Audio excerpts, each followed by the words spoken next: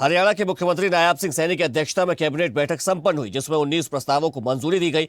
इनमें स्वच्छ गतिशीलता पोर्टल, निजी विश्वविद्यालय अधिनियम में संशोधन, नई काडर परिवर्तन नीति 2025, खान और भूविज्ञान विभाग में सुधार, एग्रो मॉल के आवंटियों को राहत और राज्य लेखा निदेशालय सेवा नियम शामिल है। बैठक में लिए गए निर्णयों से विभिन्न क्षेत्रों में विकास और पारदर्शिता को बढ़ावा मिलेगा। सीएम नायाब सिंह सैनी ने बताया कि 6 जिलों के कई गांवों की तहसील बदली गई है।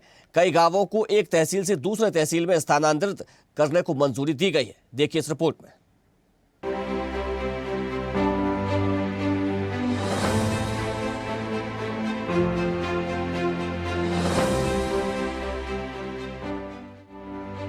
हरियाणा के मुख्यमंत्री नायाब सिंह सैनी की अध्यक्षता में सोमवार को कैबिनेट की बैठक हुई, जिसमें 19 बड़े प्रस्तावों को मंजूरी दी गई। कैबिनेट बैठक के बाद सीएम नायाब सिंह सैनी ने प्रेस कॉन्फ्रेंस की, जिसमें उन्होंने बताया कि विधानसभा का शीतकालीन सत्र 18 दिसंबर से शुरू करने पर सहमति बनी है।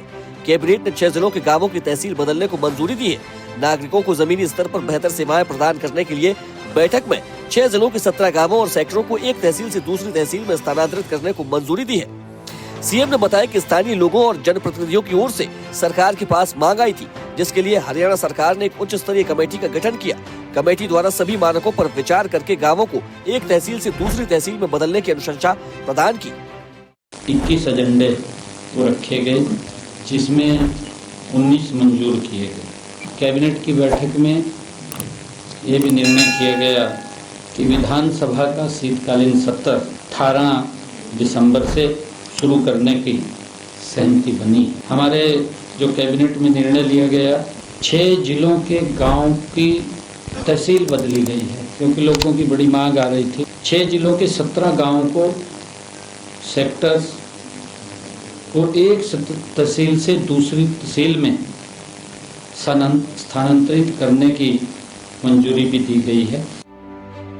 मंत्रिमंडल की बैठक में टूरिस्ट परमिट के तहत चलने वाली टूरिस्ट गाड़ियों की अवधि तय करने के प्रस्ताव को भी मंजूरी मिली है। ऑल इंडिया टूरिस्ट परमिट की एनसीआर क्षेत्र में चलने वाली पेट्रोल या सीएनजी की गाड़ियों के लिए अधिकतम अवधि 12 साल तय की गई है।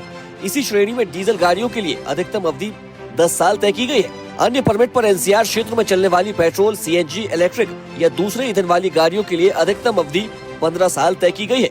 परिवहन और राजमार्ग मंत्रालय भारत सरकार के दिशा निर्देशों के अनुसार एग्रीगेटर जैसे ओला, उबर, जो 1 जनवरी 2026 से केवल ग्रीन एनर्जी पर चलने वाले वाहनों को ही अपने बेड़े में शामिल कर सकेंगे। ऑल इंडिया टूरिस्ट परमिट जो पहले 8-9 साल होती थी, अब एनसीआर क्षेत्र में पेट्रोल या सीएनजी से चलने वाली गाड़ियों के लिए अधिकतम 12 साल तय की गई है और डीजल गाड़ियों के लिए अधिकतम अवधि 10 वर्ष तय की गई है।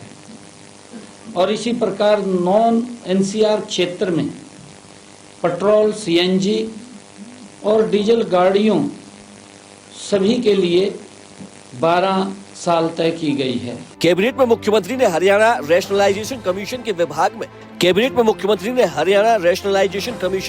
विभाग में स्वीकृत पदों की संख्या 632 से बढ़ाकर 890 करने की सिफारिशें की।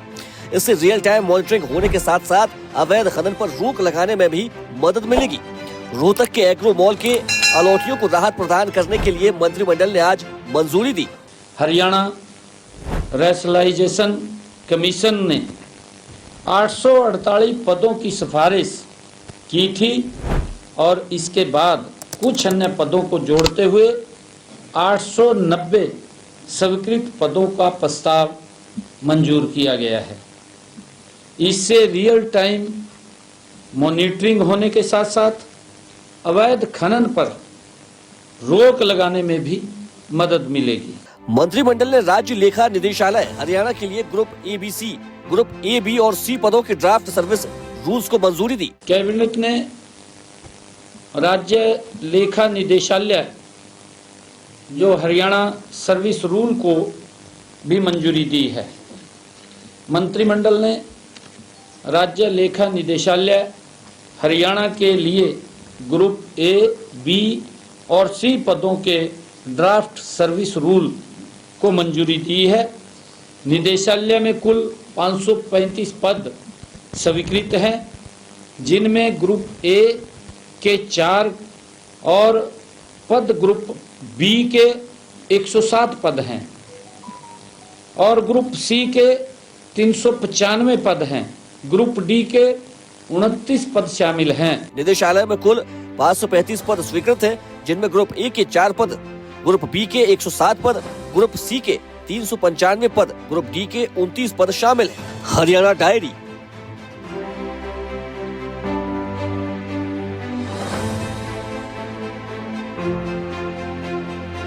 देखते रहिए स्वदेश न्यूज। अगर आप इस वीडियो को सोशल मीडिया हैंडल फेसबुक या इंस्टाग्राम पर देख रहे हैं तो हमें फॉलो करें। अगर यूट्यूब पर देख रहे हैं तो सब्सक्राइब करें और बेल आइकन दबाना ना भूलें।